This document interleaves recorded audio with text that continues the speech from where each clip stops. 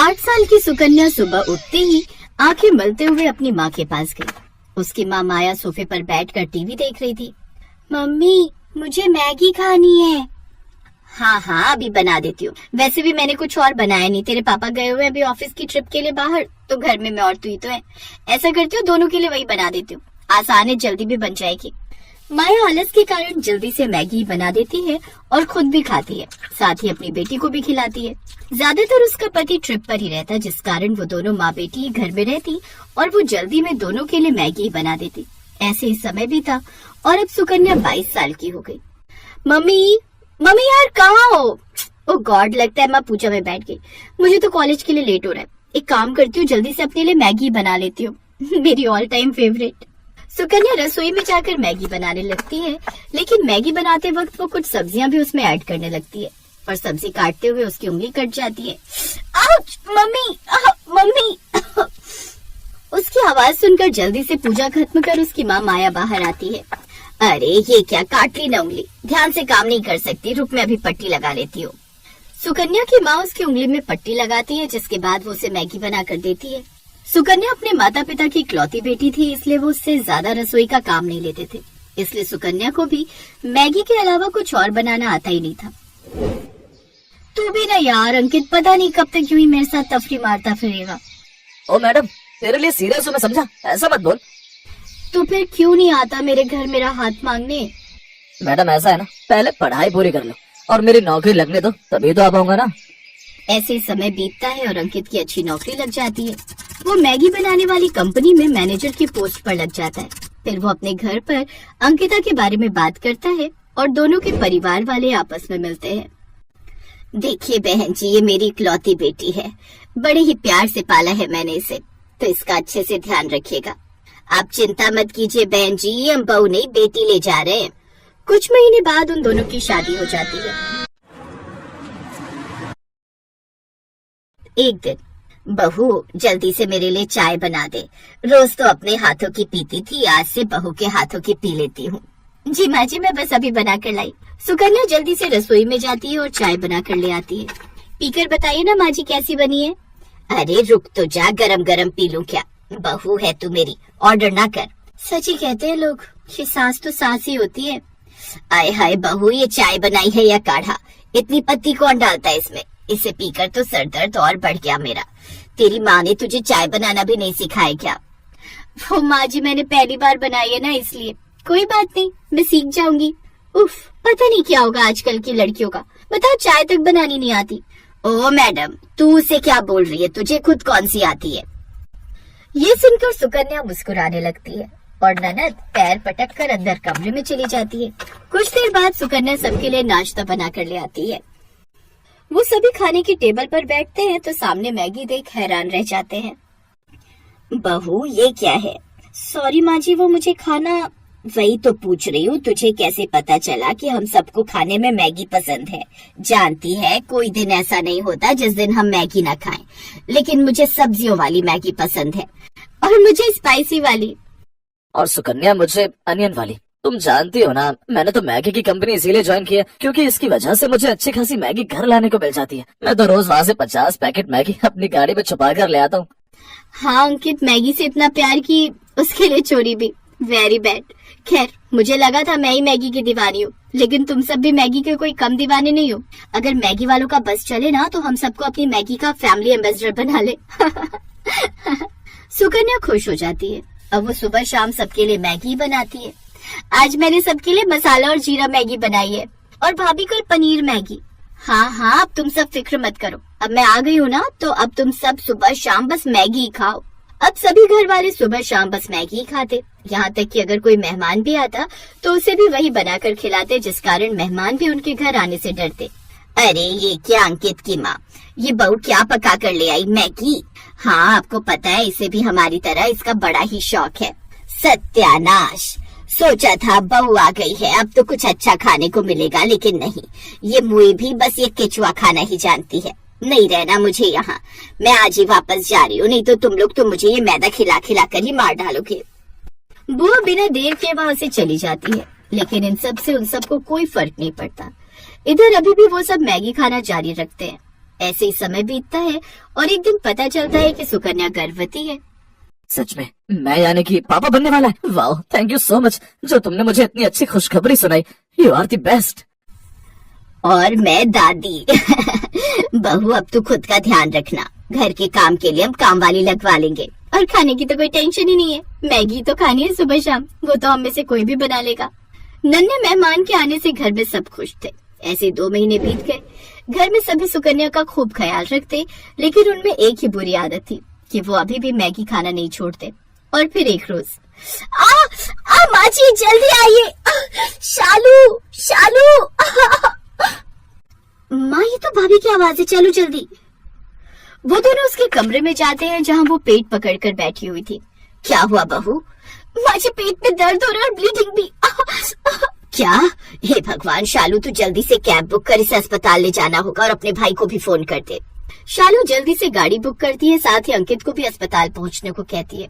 कुछ देर बाद वो अस्पताल पहुँचते हैं। चेकअप के बाद, आई एम सॉरी लेकिन ज्यादा मैगी खाने की वजह से बच्चे के अंदर भी वही गया जिस कारण उसकी मौत हो गई। सुकन्या की बॉडी में भी मैदा खाकर वो इम्यूनिटी नहीं है कि बच्चा सरवाइव कर पाता। इसे तो इस वक्त फ्रूट्स और हरी हरी सब्जियां खानी चाहिए थी। आप जानते हैं ज्यादा मैगी या मैदा खाने की वजह से हमारी बॉडी को कितना नुकसान होता है और ये मैदा हमारी आंतों में चिपक जाता है। इसीलिए महीने में 1-2 बार खाने में कोई बुराई नहीं, लेकिन रोज खाना ये आप सबकी सेहत के लिए भी खतरनाक हो सकता है। क्या मेरा बच्चा? नहीं डॉक्टर, ऐसा नहीं हो सकता। खुद को संभाल बेटा। सुकन्या को जब ये बात पता चली वो तो जैसे खामोशी हो गई। मैगी खाने की सजा उसे ऐसी मिलेगी उसने कभी नहीं सोचा था। उस दिन के बाद पूरे परिवार ने मैगी खाना छोड़ दिया। अब वो सब हरी सब्जियां और रोटी ही खाते। अंकुर ने भी मैगी लाना बंद कर दिया। ऐसे ही कुछ महीने बीत गए और अब सुकन्या फिर से प्रेग्नेंट हुई, लेकिन इस बार वो कोई रिस्क नहीं लेना चाहती थी, इसलिए उसने खुद का अच्छे से ध्यान रखा। साथ ही ससुराल वालों ने भी उसका खूब ध्यान रखा और हेल्दी चीजें खाने का नतीजा ये हुआ कि उसने एक साथ 2 जुड़वा बेटा बेटी को जन्म दिया। अब उनका परिवार पूरा हुआ और अब वो सब साथ में खुशी खुशी रहने लगे।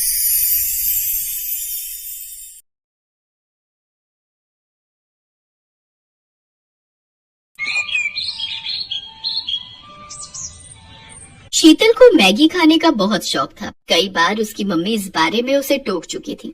शीतल क्या बना रही हो बेटा? आपको पता तो है मम्मी, जब मैं किचन में होती हूँ तो मैगी के सिवा कुछ बनाना पसंद नहीं करती। बस भूख लगी थी बहुत जोरों की तो मैंने सोचा मैगी ही बना लूं। शीतल बेटा कभी कभी मैगी खाना ठीक है, पर इतना ज्यादा किसी चीज का आदी नहीं बनते हैं। तुम्हें और भी तरह के खाने बनाने आने चाहिए बेटा। कुछ दिनों में ससुराल जाओगी तो क्या वहाँ अपनी सास को मैगी बनाकर खिलाओगी? तो और क्या मम्मी, मैं तो अपनी सास को भी मैगी खाना सिखा दूंगी।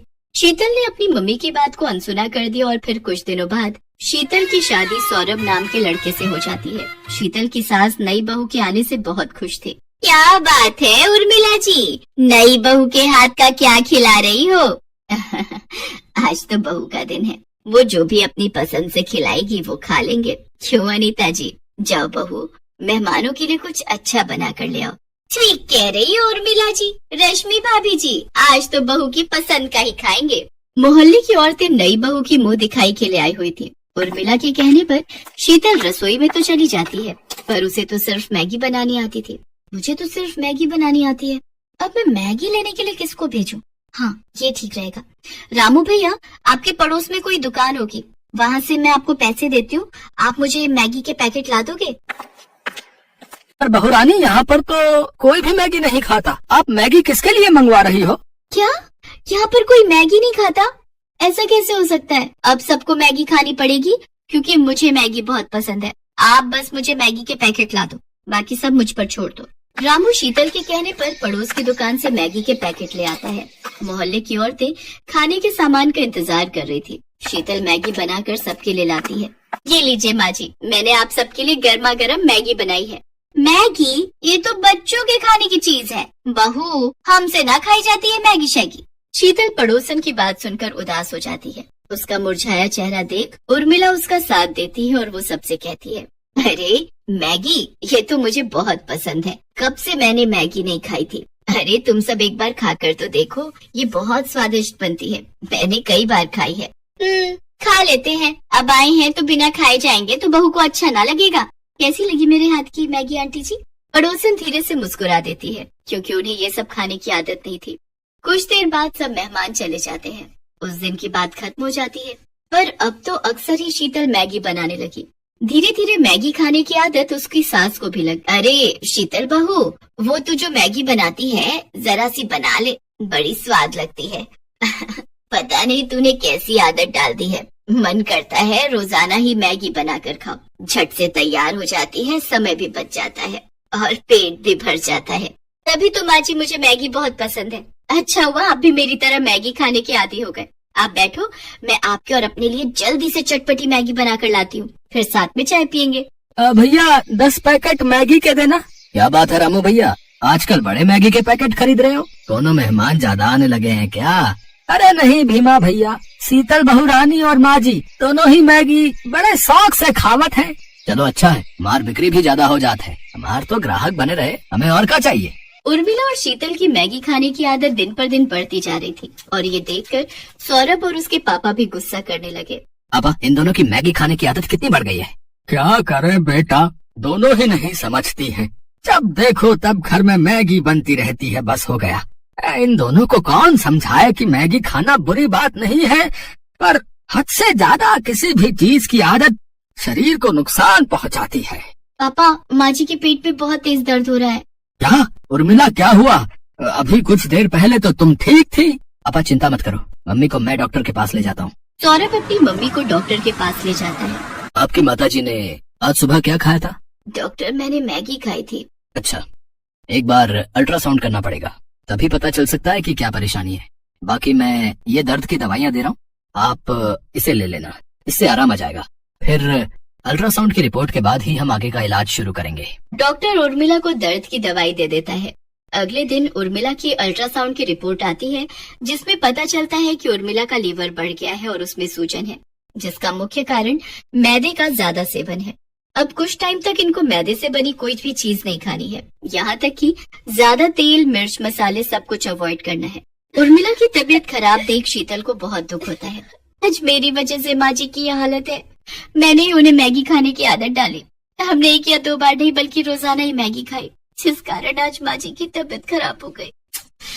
मुझे माफ कर दो माँ जी, आज मेरे कारण आपकी तबीयत खराब हो गई।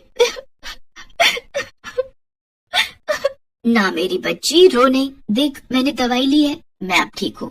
कुछ दिन आराम करूंगी, फिर मैं ठीक हो जाऊंगी। ये डॉक्टर तो ऐसे ही डराते रहते हैं, मुझे कुछ नहीं हुआ है। माँ, अब तुम आराम करो और समय पर दवाई देनी है, इस बात का ध्यान रहे शीतल। अब चिंता मत करो, मैं माँ जी का पूरा ख्याल रखूंगी। शीतल उर्मिला का बहुत ध्यान रखती है। कुछ दिनों में उर्मिला बिल्कुल ठीक हो जाती है। शीतल बहू, मैगी खाने का बहुत दिल कर रहा था, कई दिनों से उबला हुआ खाना खा रही थी, कुछ चटपटा खाने का मन है। माँ जी, मैगी तो मैं बना लूंगी, पर हम दोनों आज एक दूसरे से ये वादा करते हैं कि हम दोनों महीने में सिर्फ 2 बार ही मैगी खाएंगे, इससे ज्यादा नहीं, क्योंकि हमारी प्यारी मैगी के बिना हम दोनों नहीं रह सकते। ये दोनों सास बहू भी ना भाई मैगी लवर है। इसी बात पर सब ठहाका लगाकर हंस देते हैं।